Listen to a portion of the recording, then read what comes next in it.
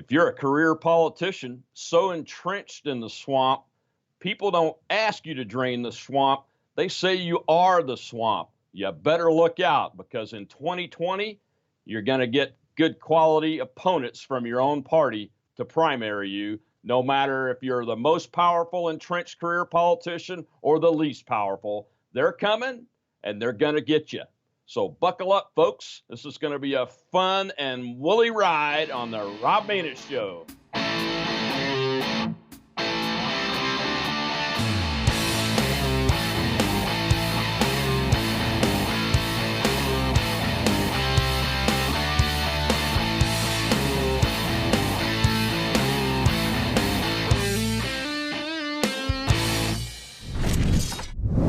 The 2020 campaign season is here. President Trump and an avalanche of Democrats are on the run for the presidency, and many congressional candidates are out, some even going to go primary sitting office holders. As you're about to find out, even if you are the most powerful career incumbent, you could and will draw high-quality opponents from your own political party. I think it's appropriate to talk with someone opposing the entrenched establishment this week on the Republican side. Our guest today believes life is precious, the truth is best even when it hurts, and the Constitution is the final authority when making decisions on the direction our country takes and for his state. His website says he's running because his opponent embodies everything that is perverted in Washington, D.C., and things must change. Whether it's smoke-filled backroom deals, the good old boy club, lobby payoffs, or dark money, if you can dream it, his sitting senator has been there. That senator's current fundraising efforts have taken him all over the country. So you have to wonder, does he have Kentucky's best interest in mind or his donors from California? He's an original Trump supporter, not just when it's been politically convenient. Mitch McConnell fought Donald Trump hard. That's it. If you haven't guessed it by now, we have an experienced candidate taking on the most powerful senator, Mitch McConnell of Kentucky. Please welcome former Kentucky State Representative and 2020 U.S. Senate candidate, C. Wesley Morgan, to the Rob Maness Show. Well, please welcome C. Wesley Morgan, the U.S. Senate candidate in Kentucky for 2020, to the Rob Maness Show. Wes, you're taking on a big job, my friend. How are you? Thanks for coming on. Thank you very much. All right, so I have to ask, especially as somebody who's run a Senate race, taken on the big swamp on both sides of the aisle at the same time, you've chosen to take on what many believe is probably the most powerful Republican office holder in the land outside of the President of the United States, to end his reign, so to speak, as the establishment most powerful guy in the D.C. swamp. Why? Well, let's start off with if you really do believe that Washington, D.C. is a swamp, which I actually do, then there's no question that Mitch McConnell is the plug in that swamp. And I just don't believe that you can ever drain the swamp without pulling the plug on Mitch McConnell. Mitch McConnell is really not a conservative. He acts like he's a conservative.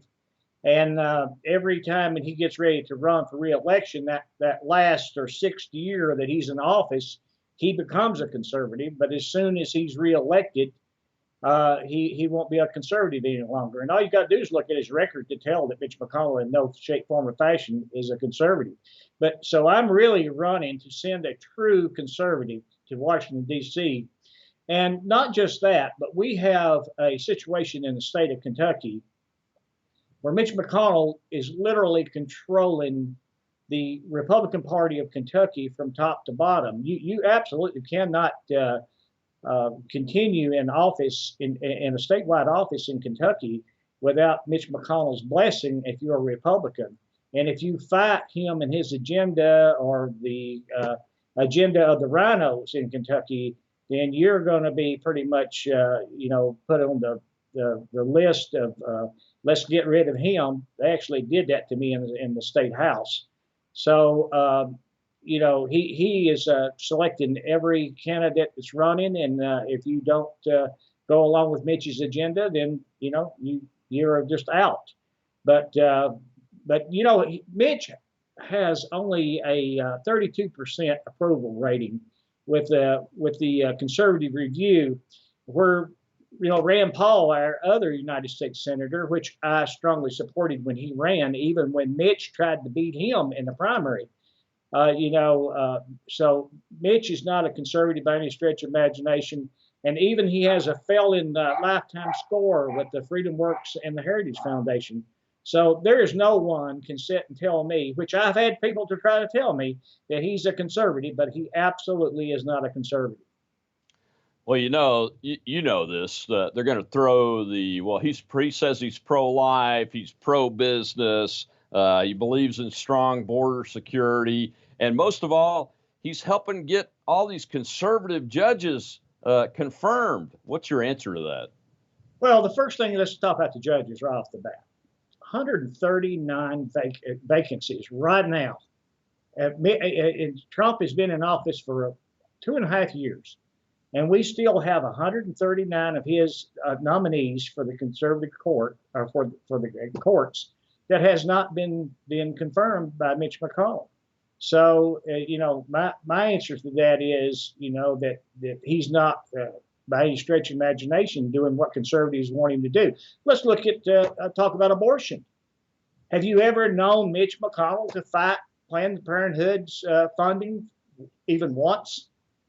He might act like he's going to, but he never does. He never strips it out.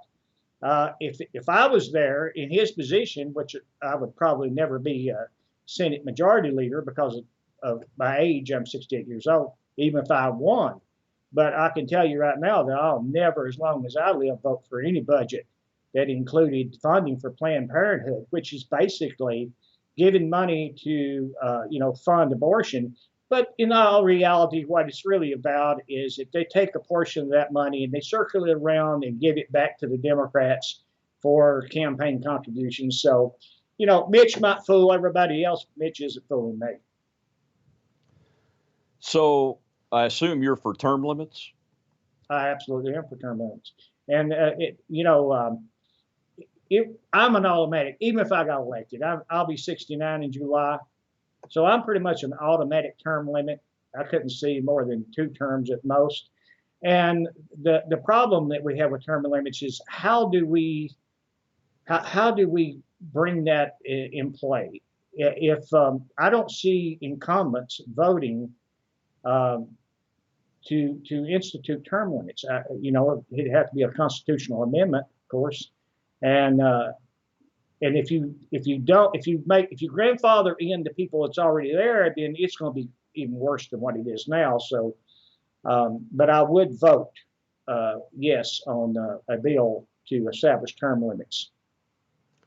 Well, we have term limits here in my home state in Louisiana, but they don't prevent you from jumping from one house to another. We have a House of Representatives and a Senate.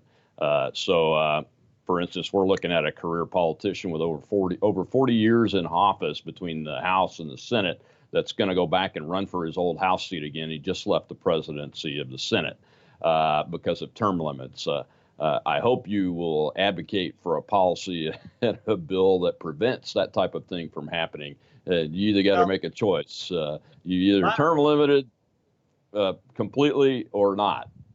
Well, my objection to Senator Cruz's bill is it gives you 6 years in the House, and then you can have an additional 12 in the Senate. To me, that's a little unfair. I think it should just be 12 years period. If you do six in the House and 6 in the Senate, that should be adequate. But if we don't get some new blood and get it circulating, and that's how all this stuff starts. Is they go up and climb in bed with those lobbyists and stuff, and the first thing you know, the lobbyists are pumping the money into their election campaigns, and that's who they owe allegiance to. I've always advocated that we should have a law that only people who can vote in a particular, say, district or state only they can contribute to the campaigns. For example, why do we have money from California coming into Kentucky? We should have a law that says only if you run for United States Senate in Kentucky, that only the money that is contributed by voters in Kentucky could be used to run for the election. Because what happens is, and you know this as much as I do, Rob, that the senatorial the finance teams that they put together up there, and they go out and try to elect people that's going to vote their way, and they get money from all over the country, and they bring it in, and they try to get, Mitch McConnell elected, or Wesley Morgan, depending upon what their point of view was. And then when you get there, then you owe allegiance to them, and the first thing they let you know when you're there is that if you don't go along, then they will help defeat you next time. And to me, that's part of the problem too, is the financing from all parts of the country. I just don't think I just don't think people who do not have a vested interest in that seat that someone's running for, those people that are supposed to be represented are not represented because of outside influences in the money. Well, the money and the control of the money, whether it's in the state or out of the state, is the big problem, because these folks, like you said, they get associated and in bed with the lobbyists and the big money folks, and they can just raise as much money as they want. And more importantly, for outsiders, folks that are trying to break into that and break the cycle of incumbency with a particular candidate, they control access to those donors quite frequently, both in and outside the state. So that's an interesting challenge. I look forward to hearing more from you on that. You mentioned the budget. Senator Paul's pennies plan just failed again. He's been advocating for the penny plan budget for many, many years now. What are your thoughts on that? Would you have voted for that? I absolutely would have. I think it's a good plan. I think it's a really well thought out plan, and I think it's the way that we should go. And why we have not passed Senator Paul's plan is beyond me. And at some point in time, we're going to collapse financially. Are we going to keep spending ourselves into oblivion until there's just nothing left? We may already be there. I mean, look what we've done. Since Mitch McConnell became majority leader in the Senate in 2003, our national debt has went from $4 trillion to $22 trillion. Now, I don't know why, people tell me what a great politician Mitch McConnell is. It's pretty easy to sit there and just keep passing, large debt limits over and over and over and spinning ourselves into oblivion. The really hard thing to do is to say no. But we got to get our hands out of every pie that's going on. The federal government wasn't intended to run everything. And we have to get our situation where our states have the right to do as the Constitution gives it to them. That, the 10th Amendment, only those things that are enumerated in the 10th Amendment is allowed by the federal government. Everything else is reserved for the states. I think that's the key. And we touched on 3 different issues talking here in the last 5 minutes that absolutely will change the complexity of politics in America. If you will just enforce the 10th Amendment, you'll do the penny plan to straighten up the debt. But however, I do believe that we have a major problem with the Federal Reserve, and I completely think it's unconstitutional, because the Treasury has the right to coin money, not a group of bankers that turn around and print money and then charge the people of the country interest that they collect and they spend and make them multimillionaires. It's the most ridiculous thing I ever saw in my life. You won't get any argument from me on that. We're in total and complete 100% agreement on those issues. Here's one that really has bugged me, and I've fought against it, and I know Senator Paul has fought against it, and Senators Cruz and Lee, and that is Obamacare. What are your ideas on what happens with what's left of Obamacare, and where are we going to go with that? I say repeal it immediately, pull every root, everything that you have to pull it out, throw it away, and throw it away now. Get out of the business of selecting how people select their health care. Let them cross state lines, open the market up. The free market is going to fix everything. Just get out of the way and let the free market take care of it. I mean, I had insurance, health insurance through the Kentucky plan for people with special needs and stuff, that because I had a pre-existing condition, and at the time before Obamacare came in, I had perfect health care, and it cost me a little bit, it's $1,000 a month. But now you can pay $1,000 a month and you don't get anything, and then you have a copay or something that you have to go up to $6,000, $7,000, $10,000. It has to come out of your pocket before they pay a dime, even though you're paying $1,000 or $1,500 a month premiums. So I'd say yes, completely repeal Obamacare in its entirety and open it. Get out of the way. Let the insurance companies offer their products on a competitive basis across state lines, and I think you'll see the healthcare industry change dramatically. Well, I think you will. I think you will. We're seeing a lot of things these days about border security. What approach will you take to securing our southern border and reforming our legal immigration laws and this problem with illegal aliens crossing our border, and our own policies incentivizing it? Well, I look at the border. I'm for building the wall. I'm 100% for Trump for doing that. I think that's the right thing to do. I look at it a little bit different. I know people say that the United States Chamber of Commerce is in support of letting people come into our country because of cheap labor. I don't think that has anything to do with it. Basically, what's happening is that they're trying to flood the heartland of America with non-patriotic people who come in that is not patriotic to the United States at all, and they're trying to dilute the vote in America's heartland so that you can change Texas from red to blue, and Oklahoma from red to blue, and Kansas from red to blue. And that's what the whole point of it is. And I would finish the wall, and I would start removing people that's overstayed their stay. I'd get them out of here as fast as possible. I would have a legal apparatus that allowed exceptional people who wanted to come to this country for people that had qualifications we needed and helped their country. I don't have anything against people immigrating to the United States. I just want them to immigrate the right way, and I want us to have control of our borders so we can keep our sovereignty, and we don't, Would you dream that you'd ever see people in California waving Mexican flags? If you want to be a citizen of Mexico, go to Mexico.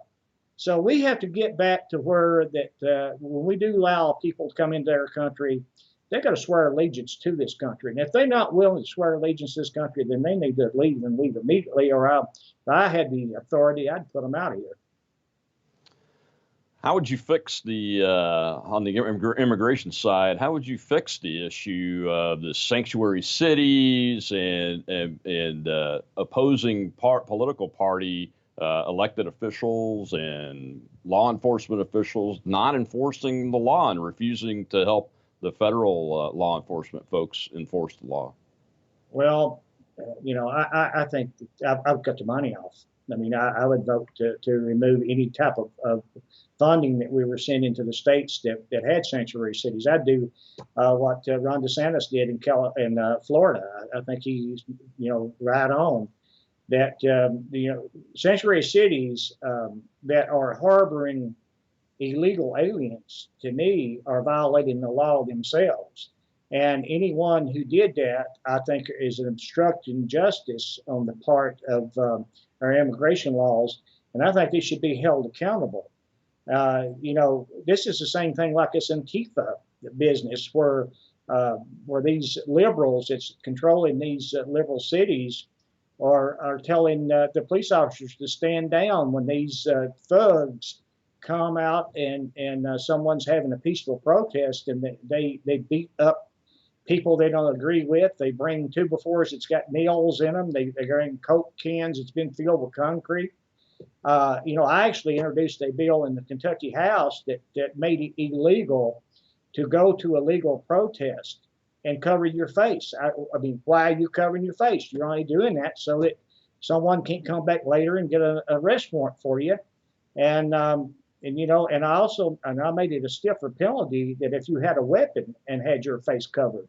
I mean, it's become absurd. The whole thing's absurd, and I would move against whatever it took to eliminate the sanctuary cities and hold those politicians accountable. I certainly would do it. Yeah, some days I think that I'm living in the late 1800s, early 1900s in the deep, deep South, where violence was used to keep people from giving their opinions, keep people from voting, keep people from being able to exercise all of the rights that this country was founded to try to give to everybody. And we fought a big war about that very subject, and lost 600,000 Americans dead in that war, the greatest loss the country's ever taken. And now we have the same political party supporting the same type of political violence, and we've got to put a stop to it and nip it in the bud immediately, and hold some of these elected officials accountable as quickly as possible. The big problem is there's certain public officials, as you know, that are using racism as a weapon towards against all of us. I believe it was almost gone. I mean, like I said, I'll be 69 in July. I remember, back in the early 60s, Martin Luther King and all this stuff. And to be honest with you, of course, we had a complete different type of media back then and stuff. We didn't even know it was going on to the degree it was until you started seeing people who could not eat in a restaurant, people who could not sleep in a motel.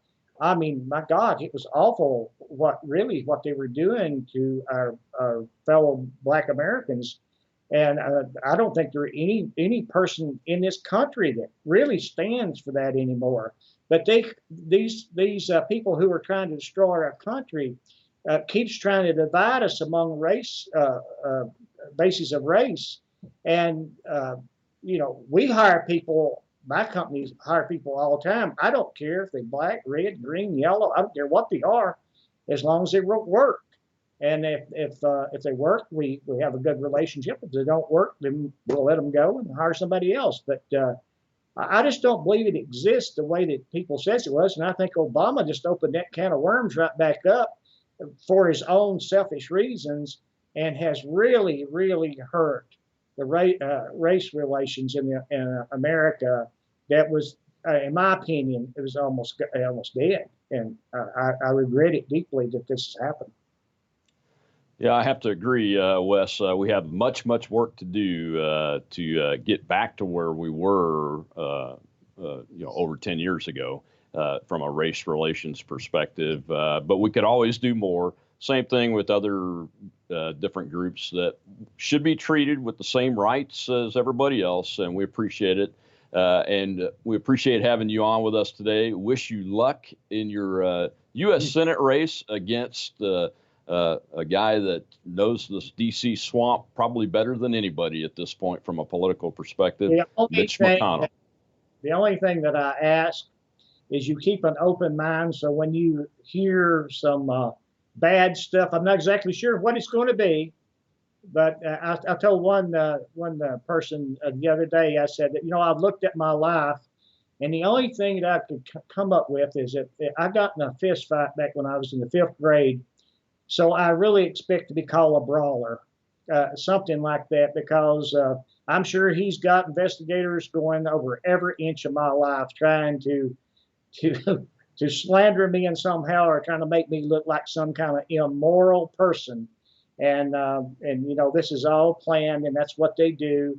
And he's going to have $50 million to do it. But we're going to beat him, and we're going to beat him by reaching out and going directly to the voters of this state who are fed up with Mitch McConnell. Well, I appreciate that. And where can people find you and donate to your campaign, Wes? they can go to morganforsenate2020.com, and there's a donate button there, and we appreciate questions. In fact, each Tuesday night on Facebook at 9 o'clock, we have we call the Mega Morgan Hour, where we come on, and you can people from all over the country, they can come in and ask us any question, and we'll answer the questions. All right. Well, thanks for coming on the Rob Maness Show. And ladies and gentlemen, there you have it. This is the man to take on the swamp creature from Washington, D.C. and win and fight for the Constitution. And this is Rob Maness until next week. Thank you. Well, Wes, we want to thank you, and our audience thanks you for coming on the show and talking about what you believe in and why you are taking on the most powerful, entrenched swamp creature politician in the United States today. And we appreciate you. So until next week, folks, this is Rob Maness.